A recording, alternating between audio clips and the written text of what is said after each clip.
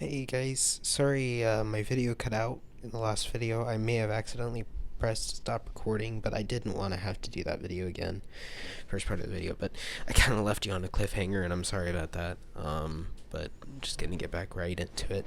So the surgeon comes in and he looks at us and he says, it's either, her organs just slowly start to fail and her body goes under immense or very difficult trauma before she passes away, or we turn off all the machines and she just passes away peacefully.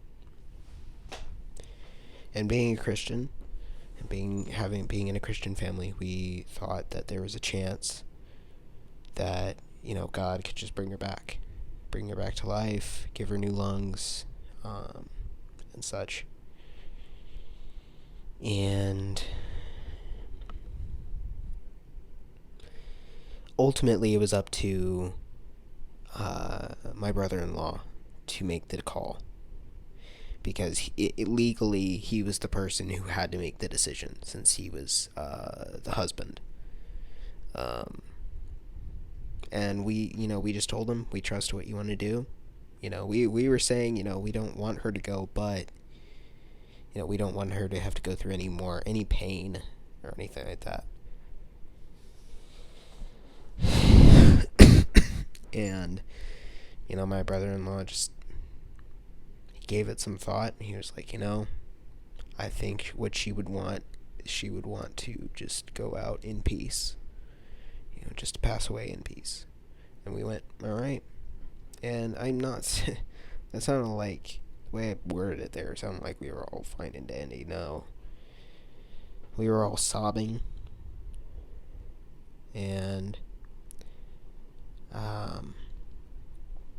I watched as the surgeon turned off everything, went outside the room, came back. He gave a nod to my brother, and that's when I knew her body had just ceased to function. And her doctor, her doctor, who was her very good friend, was just sobbing with us in the corner of the room. And we went out of our room. We went out of the doctor's office and back into the waiting room. And we called our family, we called our loved ones, called our friends, texted them, told them what had happened. A lot of them knew that she was in a critical situation, but, and,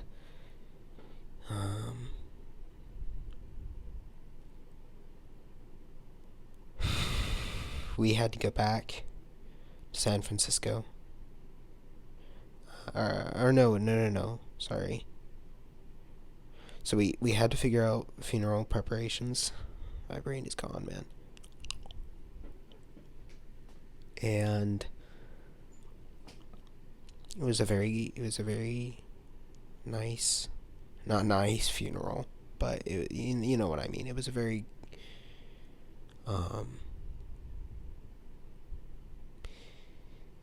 showing funeral of just how much of an impact she had made to everybody. And I can't tell you how many people came out to this funeral. There were people there that we hadn't talked to in years. There were people who we didn't even know who came. And I mean, the entire place was just all of the seats were taken, every single one. And after some good speeches from some people, we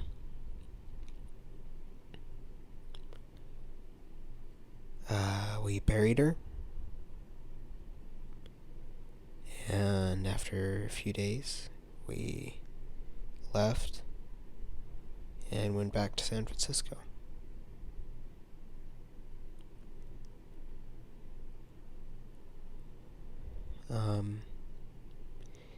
And I had been thinking for a while, and here's the thing. My sister, she used to love, she still does, in heaven, but she used to love, especially down when she was with us, to sing. She was an amazing singer and songwriter. And she's written a few songs. She wrote a few songs, and they're actually up on YouTube. She decided to upload them several years back, and they're up there. If you look up Anna Clark, a few should show up. The few that she put up there. If they don't show up, I'm sorry, but I'm pretty sure they're still up. And I had been thinking, I felt like God really laid on my heart to write a story, write about my experience, and then just write about my experience. Write about it. And I just went, you know what? I don't want to do it right now. And several months went by. And there was one day where I was just like, nope, this has to happen. He's laid this on my heart. This has to happen. So I have my story right here. And I wrote it out. And I felt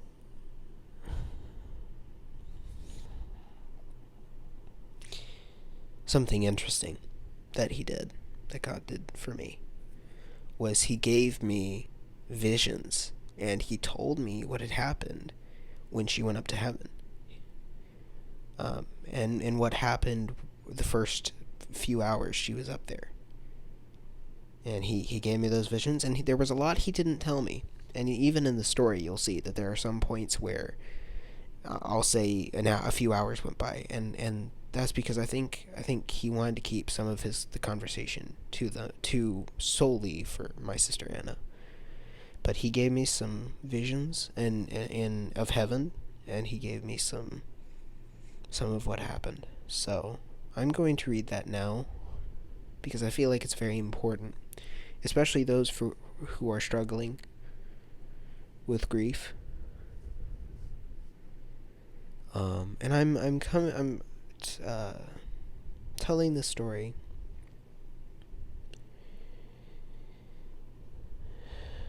because today was her birthday, February 23rd. And I felt like today was the day to get it out on my YouTube channel, even if nobody watches it.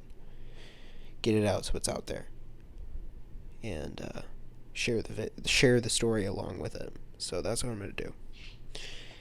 So the context here, because I've got it right here. It's not very long. Context is, this is going to flip. The way he had me write this was that this is going to flip between my sister being in heaven and my experience being at the hospital and stuff, and some emotions that I haven't talked about here. So please brace yourself, because it's not an easy thing to listen to and even to read, and there might be a point where I just put down the camera and just continue reading, just maybe because if I get to that spot, if I get to a point where I just can't even read, I may just put down the camera and read without having the camera on. So, or not on, not off, but not on me, So it starts with her perspective.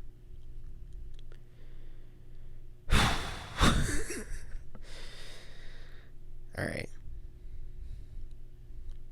Splash. She woke up to water running over her, as if someone had poured a full bucket onto her. She looked around, unfazed. She actually had more gladness than shock at the sudden cool shock of the water.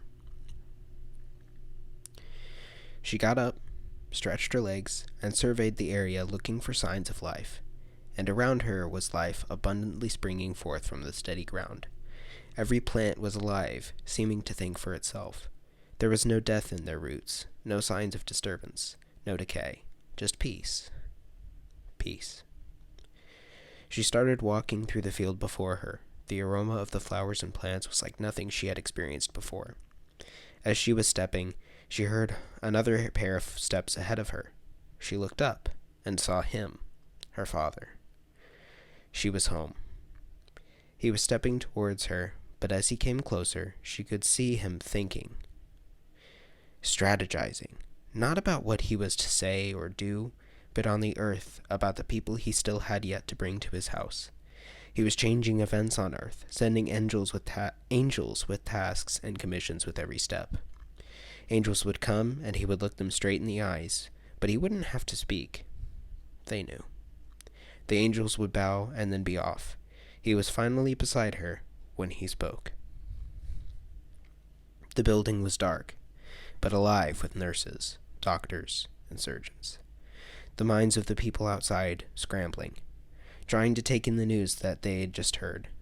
It was dark, not with lights, but with sadness. Eyes brimming with tears, they were shaking.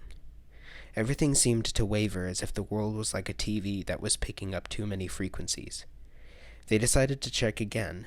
They went through the same motions of sterilizing, putting on their coats and gloves and masks. It had been like this every time, like clockwork. They came into the same room they had visited 20 times before. The same limp but alive body they had seen many times before. The sweet, loving, and innocent girl.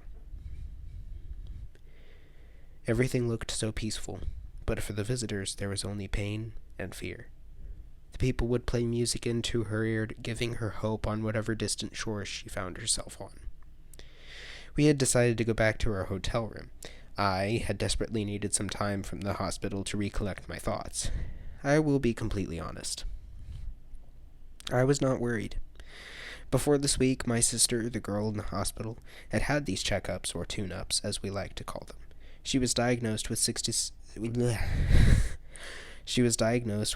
fibrosis, which is a genetic lung disease. She had several other things that she was dealing with, most of which had been healed several years before. However, this time it was very different. She was in a bed with tubes and needles going everywhere, and a near horror scene to anyone who was not emotionally prepared. But who could really be prepared for something so traumatizing? I felt sick being in the room so long with such a deeply scarring sight. She was such a ball of sunshine every day, and to see her in such a state. "Hello, my dear precious sunflower." She stood there, holding him like she had never hugged anyone before. There were no tears, only peace, just peace. She looked him in the eyes. They were deep, galaxy-filled eyes. She couldn't comprehend it, but at the same time she understood him. There was a perfect innocence to him, a complete and utter strength and firmness about his character. "Take a deep breath," he was telling her. She was surprised. A deep breath? She thought to herself, but becoming excited at the idea of filling her new lungs with clean and alive air, she didn't hesitate. She took the biggest, deepest, and most refreshing breath she had taken in her entire life. She laughed. He looked down at her and asked why she was laughing, but he knew why. "I can't remember the last time that I took a breath like that," she said. "You will be able to do that for the rest of eternity," he was telling her. For the rest of eternity? What an amazing thought, she thought to herself. I looked down at my phone and received a text from my brother telling me we needed to go back to the hospital. I felt exhausted instantly. More time in that hellhole of a building. I was up and ready in an instant. The car ride there was terrifying. A sudden need to leave? That didn't sound good at all. After several grueling minutes of questions zooming through my mind, we were there. We did the same route we always did, but it all felt rushed and desperate. Like something was hanging from a string, and the slightest delay would snap it. The feeling wasn't wrong. It was my sister's life that seemed to be hanging by a string. We entered the waiting room, where friends and family were waiting. There was an obvious, oppressive, deep weight on everyone there. Smiles seemed exaggerated, and why wouldn't they be? She had only gotten married 1 to 2 months before, was an extremely bright and welcoming person with a strong relationship with Jesus, and she still is. We all went through the sterilization process again and went into the ICU room. The surgeon and a few doctors who were good friends of my sister came in a few minutes later. The surgeon had a very deep, heartbreaking look on his face, something that in this situation is the worst thing to see. He started talking to us and said that because of a clot they had had in one of the machines, some of her critical organs had started to fail. We weren't surprised that the clot would have done that, but it still felt like a punch to the gut. He then said that we could keep her on life support, but she would slowly die, or we could pull the plug and have it be a more quick and painless experience for her. She took a breath. She took another breath, relishing the feeling she had long forgotten. He then looked at her and said, "May I take your hand? I would like to talk over a few things." She readily agreed, and they walked through the field to a city that she had not taken notice of until now. They got close to the city when he pulled her aside to a few chairs that were set up near a pavilion made of pure crystal-like gold. It was white gold with such a clear and untouched surface that you could see your reflection as clear as day. They both sat down, and she looked around at all the wonderful and new sights around her. He opened his mouth and said, "I wanted to talk to you about your family."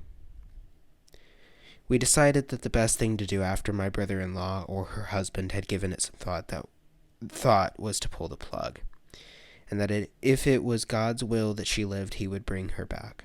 Eyes filled with tears, and everyone waited as the surgeon went to check the vitals. I personally watched the surgeon until he came back and gave a nod with his head to my brother-in-law that told me everything. She's gone. We were all bawling for hours that night, telling loved ones and friends that my sister, my parents' daughter, had passed away. We said goodbye to everyone as we went back to our hotel. I immediately fell into a quick numbness, not being able to feel emotion.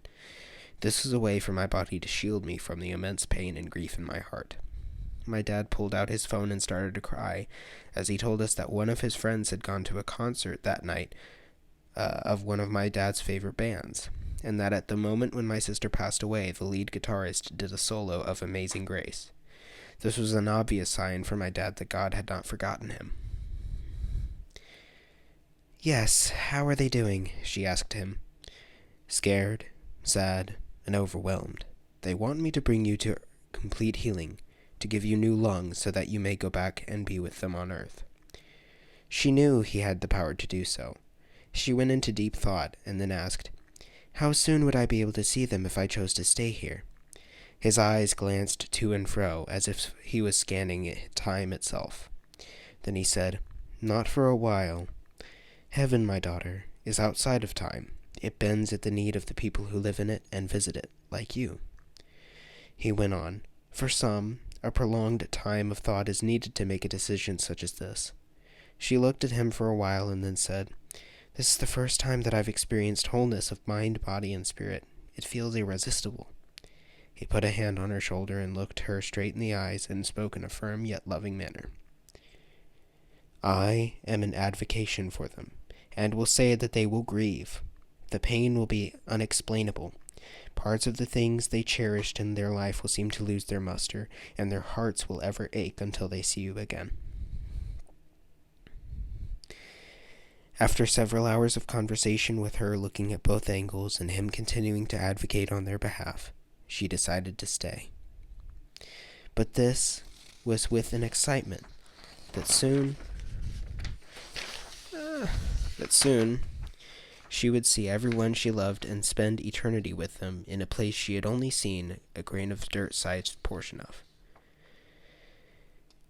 We have since gone a little over a year with a missing chair at our table and a bit less sunshine than we are all used to. But we are excited to see her when the time comes and experience perfect peace, wholeness, and life for ourselves. He gave her a hug, and they both walked into the city together, meeting people along the way that she had heard about in past stories, and even people of her family welcomed her that she had not been alive to know but felt the connection. She was given a place to sing with the angels to glorify God, so that she could continue her love of music. And all the time she was just waiting to hear the familiar laughs and talk from her family that would be joining her soon.